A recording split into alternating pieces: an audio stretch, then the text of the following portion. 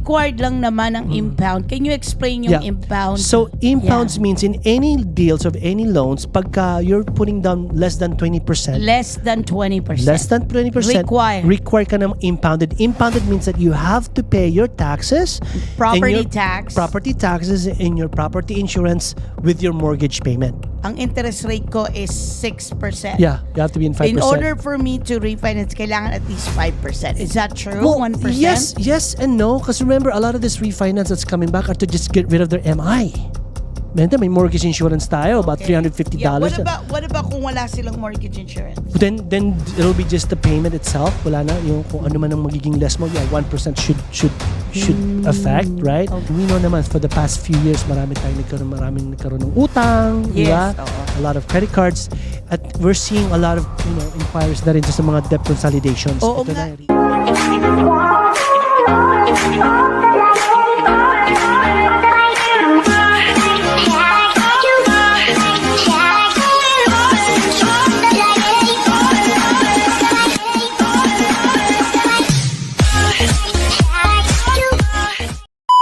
Hello everyone, this is Elizabeth Velasco from the Velasco team of Remax Gold, and this is Alvin Reyes with Supreme Lending. And welcome to our episode 55 of Bahay Pinoy sa Tate. Hello. Hi Alvin. Hello, kamusta na? Welcome to what? August na tayo.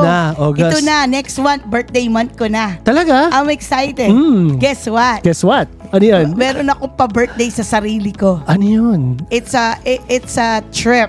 It's It's a trip. Talaga? Oo, pupunta kami ni Charlie. Kasi, di ba remember I told you, meron akong bucket list na ito yung mga isa sa mga bucket list 7 wonders of the world na makumpleto ko. Alam mo And ba? this is where? Peru.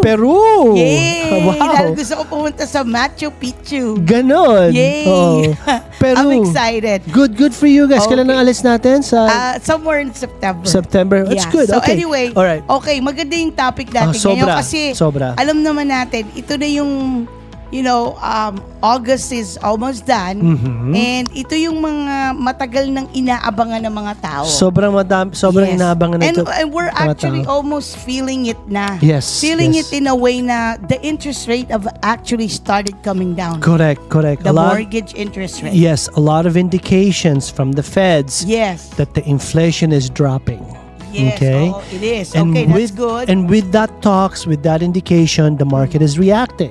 Yes, Okay? oo nga. Kasi imagine, it used to be what, 8%? Ngayon, we were at the high, hovering around what, 6.25, 6.5? We're somewhere around 6.25, 6.625, depending Oo on your nga. scenario. Pero that's a big drop because remember guys, I would say probably a month and a half ago, Yes. right? Nasa mga high sevens pa rin tayo, Oo right? nga, yes. And for now, to be honest with you, the CalHAFA, the down payment assistance, right? Yes. Okay.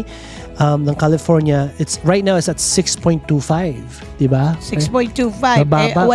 Aabot na tayo na magiging 5% Well, na. I think we're seeing that, and guess what, guys? This is what the Feds is saying. Yes. I don't want to promise anything, but it looks like it's really coming now. The first cut will be sometime September. September, oo nga. Okay. And then, what do you think will be the next cut? Well, they're saying that they're gonna try to go ahead and cut at least 4 times, right? 4 times in this year? Not this first cut ng first year September. We might see September, the end of the year, and then the following for the next year na yun. The following 2 more cuts or 3 cuts. So, by 2025, baka umabot na tayo, do you think, ng 4%? 5%? It's hard to say, pero that's what we're seeing, somewhere around 5s maybe, 5.25, 5.125. And guess what, guys? I want to be able to explain you really what happens when we get that kind of a rate. Oo Okay? nga, kasi actually, ako, me, myself, Yeah. na-experience ko na nag-pick up ang market. Yes. Okay. It is, even just for 1% less. Yeah. So tell me, like a 1%, your monthly payment will go down to what? To at least about $350 to $500. Okay, that's a lot. That's a Parang lot. car payment na yan. And it's not only because of your monthly payments, your qualification. Oo nga. So let's Qualification na. say Okay. the interest rate went down to 1%. Yeah. So up to how much purchase price you could actually? So depending on your income, Yes. okay? So So average. sa average income natin, sa regular 120, 130, 140, you're looking at mga siguro mga 550,000, 530, right? Purchase price. So tumataas ng what? $20,000? About 25,000. 25,000. So it's Oh. huge. It's really huge. Oo nga. And but here's the thing though. Here's the downsize.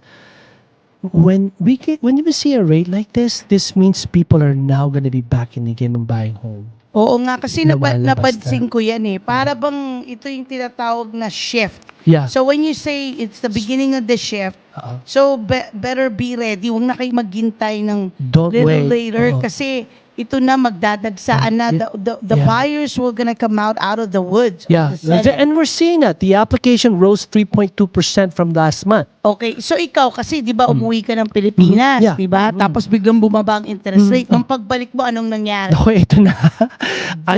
Ito na. First of all, Personal experience my personal to, experience as a loan officer. As a loan officer, dumating na dyan yung mga refinances questions. Andiyan na yung refinance. Oo nga, marami na mga nag-i-inquire. Nag-i-inquire na about Is it refinance. better for me to Get rid of their mortgage insurance, the Correct. MI, because we know they have equity. Yes, oo. The good thing about maski mataas ang rate natin before or prior, Yeah. meron equity. May equity ang bahay. Oo Hindi nga, nawawala ang correct. equity ng Oo, bahay. yung equity. And second, ito na yung mga dating nasa sideline.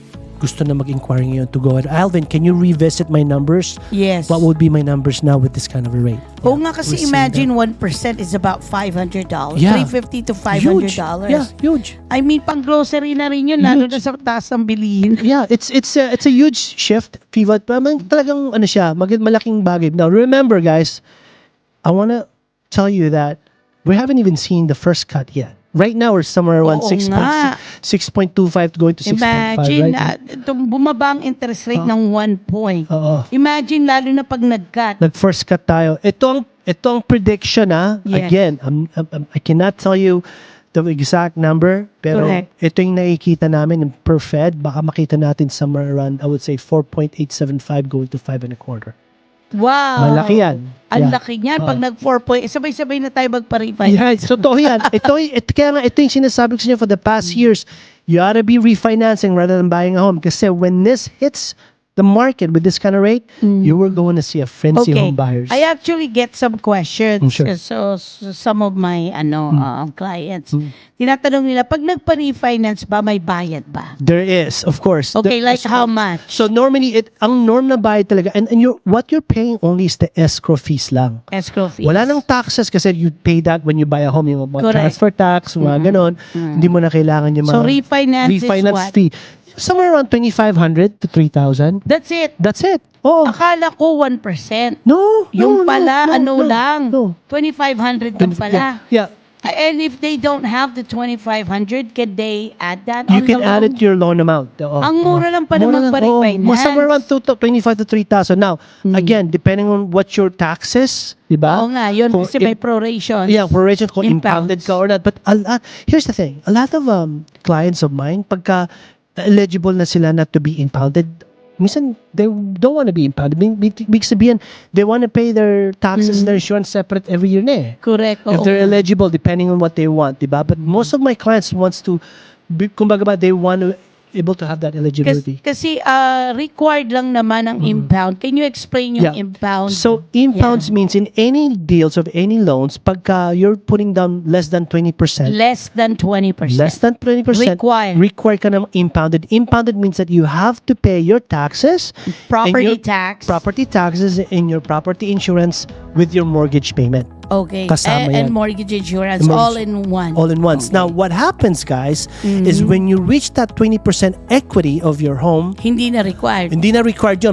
Unang-una, matatanggal yung mortgage insurance ninyo, the MI. Oo. Alam naman natin. Magkano yun? So, Approximately. normally with 500,000, you're talking about maybe $300, $250 every Oo month. nga, malaki din yun. Malaki Parang din car yun. payment din yun. So, yun ang unang-unang nawawala sa mortgage payment ninyo. Basta meron ng 20% equity. 20% equity. And then, Okay. of course, you're now eligible not to have impounds, meaning you can pay your property taxes and your property insurance separately. Separately. Oo. But which is ikaw nang bahala Ikaw dyan, nang bahala magbayad dyan. Hindi by the- katulad nung impound na kasama na sa lahat. mortgage payment mo. Yung mortgage ang correct. So whatever is your principal and interest payment, yun na lang magiging payment yun mo na lang ang babayaran. every month. Oo. So ikaw nang responsible. Ikaw lang responsible dun Yes. sa property tax saka property insurance. Oo. So yun pala ang ang difference. So now what we're seeing, offhand, ako yung mga kliyente namin or mga clients ko na bumili ng bahay 3 years ago, yes. right, is now ready for refinance because they have equity of their home. Number one, may 20% na sila. Correct. They want to get rid of their MI.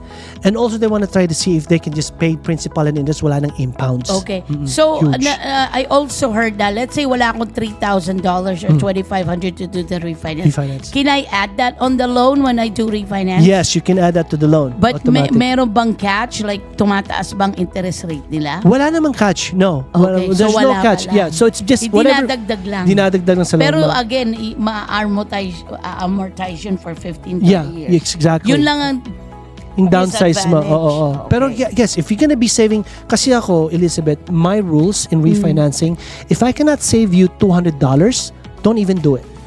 Okay. Yeah. So, I heard na to make it worth it to refinance, kailangan at least 1 point minimum. Is that true? Ang less payment mo, No. What I'm saying is, let's say, ang interest rate ko is 6%. yeah, you have to be in 5%. In order for me to refinance, kailangan at least 5%. Is that true? well, 1%? yes and no. Because remember, a lot of this refinance that's coming back are to just get rid of their MI.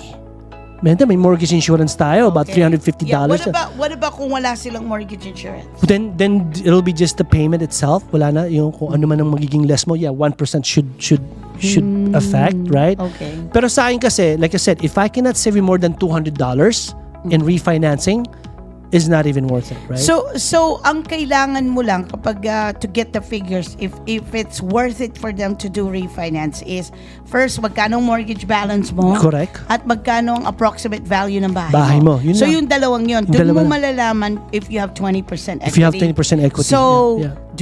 can they just contact you, and then do you have a system that you just plug in the address and you'll know the approximate value, or Yes. do they need to talk to a realtor to get the approximate value? Well, just to get the idea of what kind of equity you have in your home, we can actually do that, by just checking the comps, diba? Right?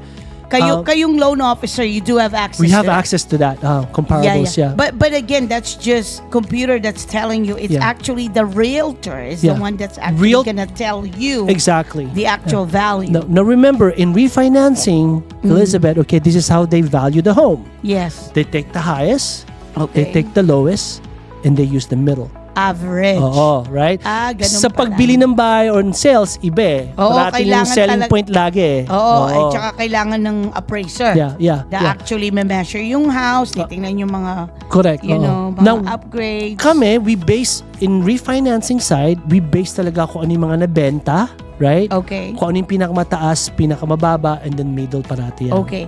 So what about credit score? Yes. Okay. Okay, let's talk about that. I mean, meron bang minimum credit score Yes. in order for you to refinance? Yes, there is. For conventional, you have to be at least at 620 FICO score. 620. 620. Okay, what about kung FHA? Kung FHA, you could stay at 580. Pero bakit Pero sila rate and term lang yun. mag-FHA? Kasi ang FHA, Correct. ano yun eh, may mortgage MI. insurance. Correct. So it doesn't make sense. But don't get me wrong, marami Yes. din tayong mga kliyente dito na medyo hindi pa rin tumaas ang FICO score, pero they wanna take advantage of the rate. Oh, okay. Yan yung Yeah. sinasabi mo na, I don't need to get rid of the mortgage insurance, but if I could save Money. $350 to $500, why not? So, me personally, as a loan officer, the first thing I look, if we can hit two birds in one stone, What are the two birds? better rate, and Better get rid of rate. your MI, And get rid of mortgage insurance. that would be the ideal. The ideal of really refinancing. Oh, kasi Oo. let's say mortgage insurance is $250, tapos another what? $350. $350. Oo. So that's a lot. Huge, yeah. That's Huge yan. What? 600? 600. Malaki yan. Diba? Oo, depending kung ano pa yung rates talaga natin. But Okay. yun talaga ang goal natin lagi. We're gonna try to hit Get two birds rid in of one stone. mortgage insurance and get a better payment. Marami talaga yan mga MI removal. Okay, so next question is, I know some people nagpapa-refinance kasi oh, I need some money to pay off my credit cards or my car. Correct. Can you do a refinance and ask for, Yeah, you yeah, know, if you have- for a cash out? Yeah, if you have enough equity, why not? And this means now we're hitting three birds in one stone, right? Okay, so speaking of that, Hmm. kailangan more than 20% kasi magka-cash out sila. Yes, correct. Diba? Yes, cash out ka. Now remember, in cash out, Elizabeth, you're Okay. only allowed to take 80% to whatever is the value of your home. Okay. 80% lang lagi, right? Mm. So, unang-unang tinatanong sa akin ng kliyente, Alvin, gusto kong mababang rate, tanggalin ng MI ko, tsaka gusto ko ng cash out. Sinasabi ko sa listen, isa-isa lang. Ito muna yung priority natin. Better monthly payment, get rid of Okay. your MI. Now, kung meron tayong enough equity, Then po pwede. then pa pwede, right? Yun ang sinasabi ko sa kliyente ko lagi. Let's prioritize muna yung mga kailangan kung saan kayo pwede. Hindi re-refinance na naman ulit sila. Bayad na naman sila ng 25 to 3,000 again in 2 years or 1 year. Yeah, well, Depende kung saan ang value Saan ang value ng bahay. And we can figure out, again, my first goal lagi is better monthly payment, get rid of the MI, diba? Okay? If there's enough equity, let's say another 5% equity or 7, then you can use that for a cash out. Remember, for cash out, we can only go 80%, 80%. whatever the value of your home. Okay. Right? So, ngayon, ang another question ko, so yung mga, let's say, nagpapa-refinance, right? What if, let's say, refinance na, tapos 6 months, bumaba na naman yung interest Yes. rate. Oh. 1%. Yes. If they refinance again Yes. in 3 months or Yes. 6 months, Yes. Why not? If you're gonna save more than $350 or $500, so why another not? bayad na naman ng 2,500. Oh, yeah, of course. Unfortunately, those are 3,000. servicing fee ng escrow. Yes. Right? Okay, I also heard na kapag nagpa-refinance ka, let's say, inulit mo ulit yung loan, I heard na to charge back ang loan officer kapag 6 months or less. Is that true? True. Yeah, you have to be at least 6 months. Kaya we urge our client to refinance after 6 months. Oo. Okay. So, nangyayari na charge back kami as a loan officer. Well, explain what is chargeback. Chargeback means kung ano man yung Na commission nyo. commission namin, it becomes basically we have to pay it back. Ibabalik nyo. Babalik namin. Oo. Okay. So, Kaya nga, ganun- it's always 6 months. Now, I haven't seen the rate drop within 2 months or within 3 months, but we don't know, right? Pero normally, nakikita naman natin ang diferensya ng rate siguro within a year, 6 months to a year. Yeah, kasi remember, Alvin, I mean, paano na naman tayo? Ito na naman, election na. Election na. So right there, September, Given. October, November. Given. So we're 3 months, 3 months away from election. Election, oo. So every election, ganito palagi, Yes, di ba? oo. So what do you predict as the election gets near? Do you think, interest rate will drop significantly or little by little? Or do you think the election has something to do with the mortgage interest rate or the actual prime rate? Definitely the election has to do Yeah, something with I it. mean, History yan konti eh. lang, Yeah, konti lang. Pero it's not significant. But it's not significant, but it's also, depending on who's gonna be the president of the United States, right? Oo nga. Kasi nga, this is a big... Oo nga, kita mo, imagine, we Yes. just had that topic. Ngayon, yung vice president, siya na ang Oo, di ba? pumalit kay Yeah, kasi policies changes with new administration. Correct. Lagi Oo. yan, right? Palagi Kaya yan. di natin alam kung sinong mananalo, kung anong plataforma nila. Now, history-wise, alam naman natin nung nakaupo si Trump, maganda ang ekonomiya, maganda ang takbo, right? And that's what a lot of the markets, a lot of the investors are aiming for, 'di ba? Correct. Kasi tandaan mo, ang market is all about, anticipation, uncertainty, kung anong 'di ba? Hindi, Right? tsaka nagre-react. Okay, so here's the thing. Narinig mo ba na, di ba nag-collapse yung market sa Japan, yung stock Yes. market? Mhm. Di ba? Yeah. Kasi zero interest sila. Yeah, So a lagi. lot of investors, ginagawa nila, umuutang doon dahil zero, tapos Ini-invest sa iba. ini-invest naman dito. Yeah, oo. So what do you think will be the impact on that on US economy? Iba kasi ang economy ng Japan versus to economy ng USA, Elizabeth. Correct, We're the huge consumer on the world, USA. Nandito talaga ang market natin. Yes, no? oo. I don't know if it's gonna be affecting us dramatically, but I don't think so. Alright? Pero I know that Monday, bumagsak ang stocks yeah, natin. bumagsak sa. Yeah. Kaya nga, Pero nag-react lang tapos nag-bounce bounce back. up. Ito yung sinasabi ko sa iyo nung I explained this to you what triggers the rate to goes up and down. Yeah. Remember, the rate is from our Fed's rate is the bonds, right? Oo. Pag bumagsak ang stocks, that means ang pera, ang mga tao maglalagay ng pera sa bonds ng pera. Oo nga kasi, you know, Yun yung safety oo eh. nga kasi Oo. parang ano sila eh, parang siso. Siso, diba? safety. So, pag maraming pera pumapasok sa bonds, hindi nagtataas ang rate ng Feds. Correct. So, yan ang nakikita natin ngayon. Pero kung walang pera sa bonds, Oo, doon nagtataas ang rate. oo nga. Oo. So, yung sinabi kinento ko siya. So, diyan nakikita namin. Now, given sa so those three investors or three doors of investing, Yes. we're also due for ano na talaga sa cut rate because our inflation. Now, one of the triggers what triggers the rate goes up as well is yung inflation, and we know that inflation is already down. Correct. Nakikita na oo nga. Hindi, at numbers saka is I showing. think it's way overdue. Overdue na I talaga. think the Federal Reserve is Yeah. taking, time to... soft landing kasi yung gusto nila eh. Oo nga, I mean, Yeah. to raise it. Yeah. And ang tagal-tagal na naghihintay ng mga tao. Yeah. And again, for me, I'm happy sa nakikita ko ngayon because now we're not even the end of the year yet, right? Katatapos lang katatapos lang summer, and we're now seeing the significant kumbaga yung rate na nakikita namin ngayon, marami na talaga nag-i-inquire about refinance. We're seeing more home buyers going to the game, Correct. going back to buying game. And I think before the end of the year and first quarter of next year, dito na natin makikita talaga na full blast. I would say, I don't want to say anything, pero we're probably going to be seeing at least somewhere 5.5%. Oo nga. By next year. I hope so. Yeah. Kasi but we need to make it affordable for Yeah. other, lalo na mga first-time home buyers. Correct. And in your end, Elizabeth, I think this is going to be releasing a lot of inventory as well. Yes, oo. Yeah. Kasi right now, yung mga kliyente ko, mga sellers, they wanna move. Pero what's stopping them is, my interest rate is 2%. Di ba? Yeah, 3%. Or 3%. It doesn't make any ayaw sense. Ayaw nilang, I don't want my payment to, to change. Pero ang di nila naiintindihan na, yes, it's 3%, pero it's not really changing your way of life. Yeah, Kasi, correct. tulad yan, nag-oopisina ka sa hallway kasi you need another bedroom to have a home office. Yung anak mo nag-share ng bed kasi gusto nila ng separate bedroom. Yes. So at the end of the day, you have to pay if you really need to change your yung living condition. Correct. Kasi right now, you really need to marry the house that you really want to live. Correct. And then, just like what I said, date the interest rate. Yeah. Kasi hindi naman permanente yung interest na it yan. changes. Eh It lalo na changes, ngayon, yeah. mas mabilis ang palit, Yeah. ang pagbabago. Kasi we're already anticipating the way it is. Yeah. Diba? And we're seeing now kumbaga ba, really the first sign talaga, right?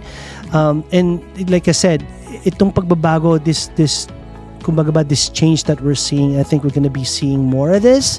Like I said, by first quarter of next year, siguro makita na natin yan. Now, Elizabeth, my question to you is this, right? Yes. Ito na ngayon tayo. Alam na natin na bababa ang rate. We know the inventory is gonna be more, right? Yes. Inventory is gonna be more. Now, sa mga home buyers, Yes. right? What would you be, anong pwede mong i-advise sa kanila now? Now, marami akong buyers na nasabi, Alvin, itong unang tanong lang, bababa pa ba yung rate? Bababa pa ba yung rate? We should wait? Should we wait? No, don't wait. Wag, don't. Listen. Huwag na kayo maghintay. Na maghintay. Oo. Kasi kapag lahat kayo naghihintay Oo. Kasi kung lahat maghihintay, Oo.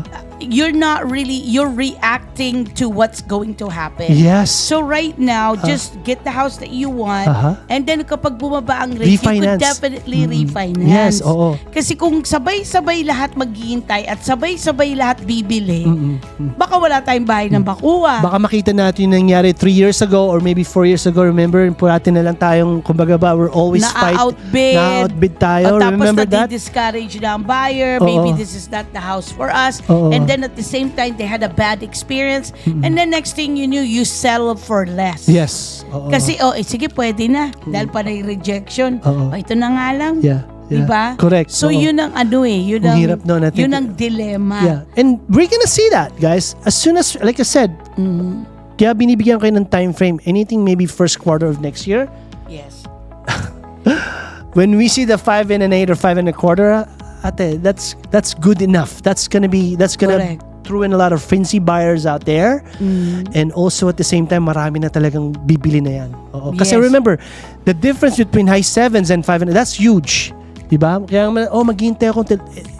Listen, I don't know what else you're waiting for pag bumaba tayo ng 5 and a quarter, but we're not gonna see 2%. Let's be honest about that. That's way Okay? long gone. That- I that's- mean, nag-pandemic tayo Yeah. and alam naman natin, pandemic happens every 100 years. Yeah. Patay na tayong lahat nun. Those are COVID special. Kung maghihintay ka sa another big special. event, hindi na natin makikita yun. Hindi na, Oo. correct. Oo. And for all the people who wants to use their equity, right, for to work for them, I think this is also the right time. Okay? It is I know a lot of people said, "Oh, babagsak ang bahay, Yes. bababa." Ay, hindi po babagsak ang Yes, bahay. Bababa po ang interest rate. Yes, yes. For sure. Yeah. Kasi lalo na po dito sa California. I don't know if you're on the other parts of the US. Yeah. But California is one of the third or fourth largest economy in the world. Correct. And we're only a state of Yeah. the USA. Yes, yes. So, napakadami po talagang nag-move dito And sa California. demand is supplies. Yun lang naman yun eh. Yun lang naman Demand yun. and supply. Yeah, so, I mean, I'm just being really, sa mga taong still waiting. Yes. Right? I don't know if Huwag nang you- maghintay. Huwag na kayong maghintay. Don't wait anymore. You ought to be Yes. refinancing when that rate drop. And you're first, kumbaga ba, you're 2 steps ahead rather than just starting your. Yes. y- And yung if they buying could a home. afford it. If you can Kasi- qualify, yes. Yeah, if you could qualify, Yes. qualify. Kasi kung maghihintay sila, tapon lang sila ng tapon ng pera sa pagbabayad sa rent. Yeah, yeah. Totoo yan. Di nila nata-tax write-off ang mortgage interest na nababayad nila. Kasi remember, ang credit card interest or auto loan interest, hindi mo nata-tax Yeah, write-off. correct. Pero ang Ang bahay you mortgage, could, oo. nata-tax write-off Yeah, mo. yeah. Yung property tax that you pay up to $10,000, nata-tax write-off mo. Yeah. So mas maraming nawawala Yeah. sa paghihintay kisa naman yung Correct. you get Yeah. act now. Yeah. And for the people who owns home already, di ba? Right? Yes. Ito na. This is, like I said, dito na dumarating. And we know naman, for the past few years, maraming nagkaroon ng utang, di ba? Yes, oo. A lot of credit cards. At we're seeing a lot of, inquiries na rin sa mga debt consolidations. Oo Ito nga, na, yung refinance ko. i-free up na nila kasi ang interest rate, sa credit card, The 24, average about 20%, 24%. 24% to Oo. 30%, Yeah, di ba? mag-dyan, oo. Tapos, ang interest sa bahay, 6%? Oo, ito And na. then they complain about, Yeah. mataas pa interest, 6%. Yeah, pero they don't Pero hindi nila complain. tinitingnan yung credit card nila, Yes. 30%. Oo, totoo yan. So, No. I'm telling everyone, Yes. kung kaya ninyo, do it. Wag nang maghintay. And at the same time, ito, yung by you having a home, parang forced saving. Correct. Force ka na Correct. na magbayad ng mortgage mo, natitirahan mo pa. Correct. Kasi ang ganito, Alvin, ang tao kasi, kapag hawak nila ang pera, lalo na di sila disiplinado, mainit ang pera sa kamay ng tao. Ang bilis mawala niyan. Gastos dito, bakasyon Oo. dito, punta tayo Philippines, Oo. let's travel, Oo. kain sa labas. Totoo yan. Kasi people wants instant gratification. Oo, They always, bili agad ng Oo ng nga. magandang kotse. Oo nga, na Amazon dito, Amazon doon, diba? Just like I said, I mean we're seeing this first wave of cut rates Yes. coming in through. I just want to be able to advise the clients out there na, like I said, consult with your loan officers. Great And loan like officers. Alvin, Like me. consult, yeah. Let's look at the numbers. Pag nakita niyo yung numbers, how much you're going to be saving, I believe that you will see na it's worth it to do it. Kasi again, like I said, at the end of the day, you also want to be able to use that equity to work for you. Correct. For the Oo past 2-3 years, medyo, we're prisoners of own equity kasi nga. because of the rate. Yes, because of the rate. Bayaran na yung mga utang or even just the, Maglinis na sila. oo. And kasi ang equity, papel lang yan. You Correct. don't really realize your gain or your loss until you actually sell Yeah. or refinance. Refinance. Oo, and Like, get a cash out, di ba? yeah. Okay. And I think it's better much decision to do that. At least isa na lang ang babayaran ninyo. Yes. Yung mortgage na lang. Mortgage na lang. Hindi ka na madaming 10 credit card, 8 credit Correct. card. Oo. Minsan makakalimutan mo pagbayaran, sira pa credit Totoo mo. yan, totoo yan. Diba? Yeah. And I actually miss doing that, Elizabeth. I Yung miss alin? running numbers for the clients when it comes to debt consolidation. For a while, we weren't doing that because walang refinance eh. Oo nga. For the last 2-3 years, parang Is that puro purchase right? lang. Yeah, totoo Oo yan. nga, Puro oo nga. purchase lang kami Nawala. yan. Oo. Medyo na-miss ko talaga yung running numbers with the client, running Oo nga. numbers, giving them the result of, hey, what you pay this off, all of this. Oo nga. Kasi remember, for the last 2 years, we were high 7s. Oo Medyo nga. it doesn't So, make ito any na. sense. Ito na yung, Bumaba na. yeah, so, Ito na ang chance ninyo. yeah, let's inquire. Let's look at the Inquire. numbers. Let's see where's it at. And again, don't be afraid to use that equity to work for you. Either buying another home or paying off your debts. No? Yeah, paying totoo off yan. your debts or have a dream vacation. No, totoo yan. I mean, some people they Yeah. do that, pero Yeah. wag, I mean to each his own. Yeah, Diba? of course, Yes, of course, oo. of course. So, anything else that you wanted to advise our viewers or our listeners about interest rate and refinance? Yeah. Okay. Again, we're seeing the first sign of the first cut by September. Okay. Okay. I believe it's gonna happen. And I believe the next cut will be somewhere around before the end of the year or first quarter, maka January of next year, right? That's the second. That's the second cut. And then Hindi- when is the third? The third cut will be somewhere around maybe June, before June. summer. And mga then ganyan. the last cut. Before fall, mga ganyan. Oo. Oh, Malaki na yan. Di apat na cut, Kasi ano? yung sinasabi na 4 cuts eh, right? Okay? Wow. But we're anticipating 4 cuts nga by next year, but we're seeing now na parang mangyayari na by September. Actually, hindi pa nga sila nagka-cut. Hindi pa Ito nga na, nagka-cut. bumababa Oo. na. Diba? Marami nga, bago nga ako umalis from going to the Philippines, ang dami na, Alvin, can I refine? Hintayin niyo muna. Just wait. But I'm telling you right now, Kasi pa lang we are in the beginning we're in of the the beginning shift. pa lang. Oh, the shift. Di pa natin nakikita yung first cut. Naku, mabibisi na kayo, Alvin. Yes. I'm Wow. really looking forward kasi nga, again, a lot of the clients have now Oo. equity sa bahay nila na pwede nilang tanggalin yung MI nila, number one. Na. Pwede nilang gamitin yung equity nila to pay for all those high interest credit cards. Correct. And also at the same time, yung mga nasa mga high 7s, pwede na tayong bumaba ng mga 6.25, 6.625, diba? It's a huge savings talaga. So I cannot wait. Oo talaga. nga. I cannot wait. And you'll be able to run that numbers. Of course, yun ang talaga naman. Get comfortable with the numbers first. I love showing numbers because you have to see really the numbers behind the numbers. Diba? Okay. Yun ang talaga yun. Yes. Right. Okay. Well, that's good. Question. So sa refinance ba, pwede ka rin bumili ng rate buy down? You can also buy down a rate if you Really? want Sa to. Yes, the refinance? refinance. Yeah. And what's good thing about it is that when the market is great and we know the rate is going down. Pag Yes. sinabing rate is going, it's really not the rate, it's the pricing of the rate. Pricing Yung ng pricing rate. ng rate. So gumaganda rin ang presyo ng pagbili ng rates natin. Okay. I know mayroong isang disadvantage ang refinancing. Do you know what? Ano yun? Yan. Kasi umpisa ka na naman sa 30 years. Oh yeah. Kasi halimbawa nakahulog ka na ng 4 years. Yeah. Oo. Dapat 26 years na lang. Yeah, oo. Ngayon umpisa ka na naman ng 30 years. Yeah. Well, sinasabi nila yun, Alvin. Unless Oo. Mm. mag 15 years sila. Mag 15 years sila. Okay. That's another Way to see it. scenario to look at, 'di ba? Yes. Kasi sa akin, if your balance is more than 600,000, sabihin na natin. Okay.